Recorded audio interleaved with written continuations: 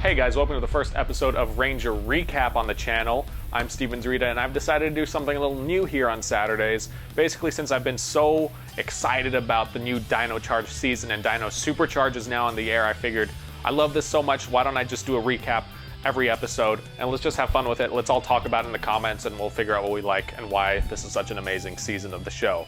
So we're starting right off with the new DINO Supercharge season premiere. So this season premiere was called When Evil Stirs, and right off the bat we've got this new villain named Heckle, who also transforms sometimes into a powerful monster known as Snide.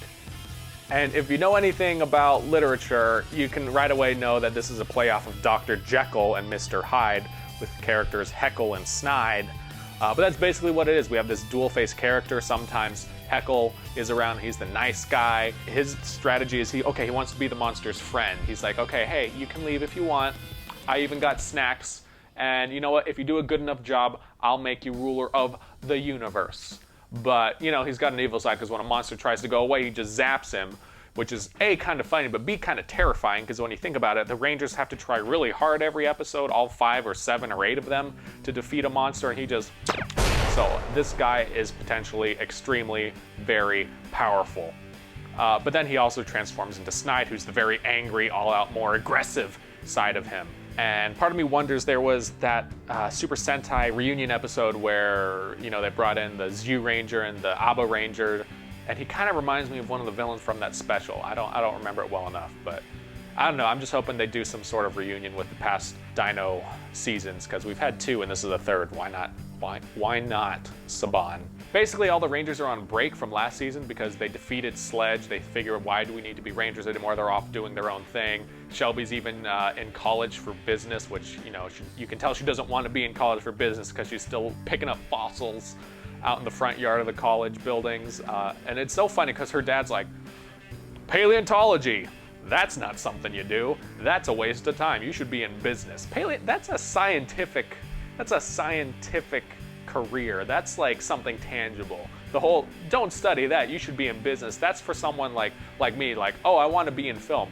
You can't get a job doing art. You should do business. There's definitely a need for scientists, so I just thought that was so funny. But yeah, she's still doing the scientist thing. Everybody's basically back to doing the stuff they want to do. There's a really funny scene where Chase tries to pick up some girls and they run away and he goes, did I scare you? But really they're running away from the monster behind him, which I thought was really funny.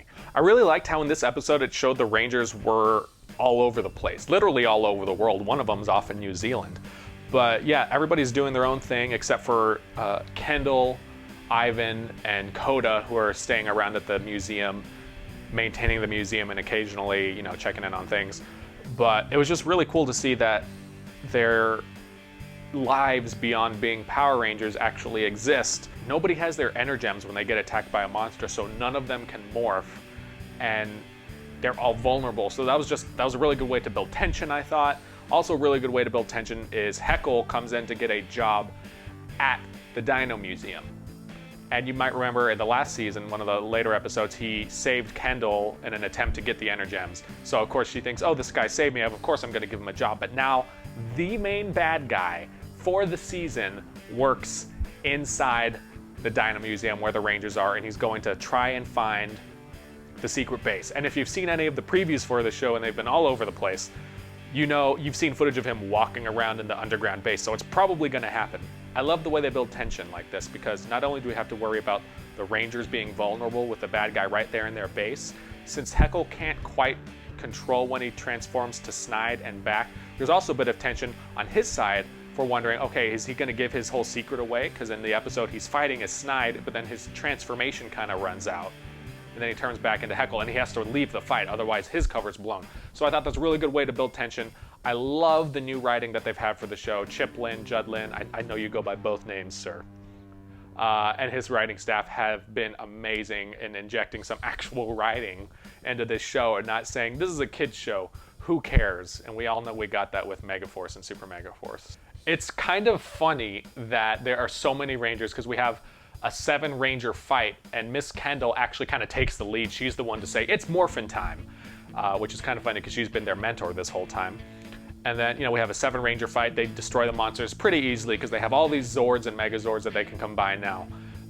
And then Prince Philip, the 8th Ranger, shows up, and it looks like he's here to stay. So we have an 8-Ranger team, which is A, really cool, but also kind of hilarious. Like, I wouldn't want to fight this team. I mean, like, I don't think we've ever had 8 Rangers at once before, and we're gonna get 2 more. There's one more Ranger lurking out there, and then there's another unclaimed Energem lurking out there, so I just think we're in for some really new stuff this season because we're seeing stuff that we haven't seen before, which is refreshing for a series that is 23, 24 years old now, something like that.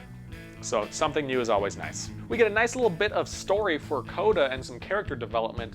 We find out that he is afraid of ice. He's afraid of being frozen again, and it almost happens to him again. He has to overcome that fear because the only way to trick the monsters and get the one up on them is to be frozen in ice again, yet escape.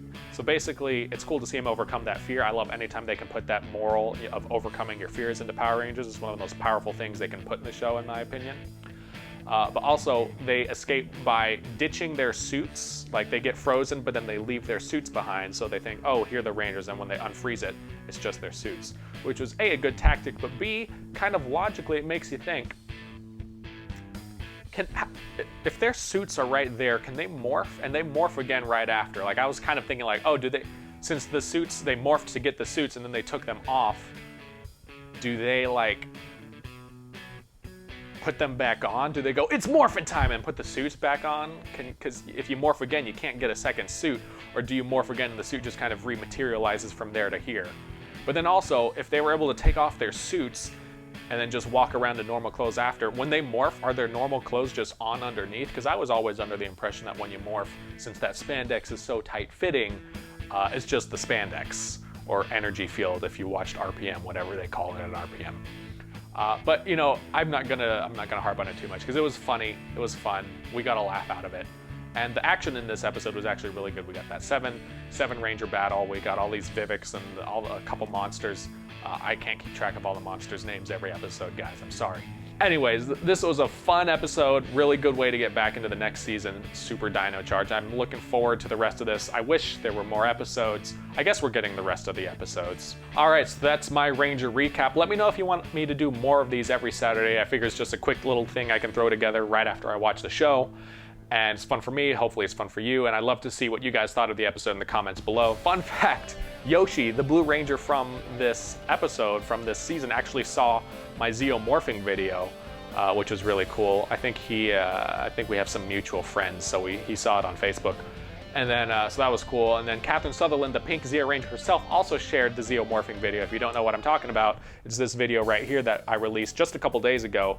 It's done amazing. Thank you all guys for watching it, for sharing it, for liking it. I love it when you guys do that, especially sharing that kind of video to help it get some traction around, because it's really hard to do on YouTube nowadays to get views. But also, if we're talking about Power Rangers videos, I have to show you, or I have to tell you about this other video that literally just came out a couple hours ago today. And it's a 5-way, it's right here, 5-way Megazord battle. I don't want to give away which ones are in there, but some of my favorite Megazords of all time are in there, and it's done so well. Please watch it, please. Like, that's the kind of content that needs to get watched on YouTube because it's done so well.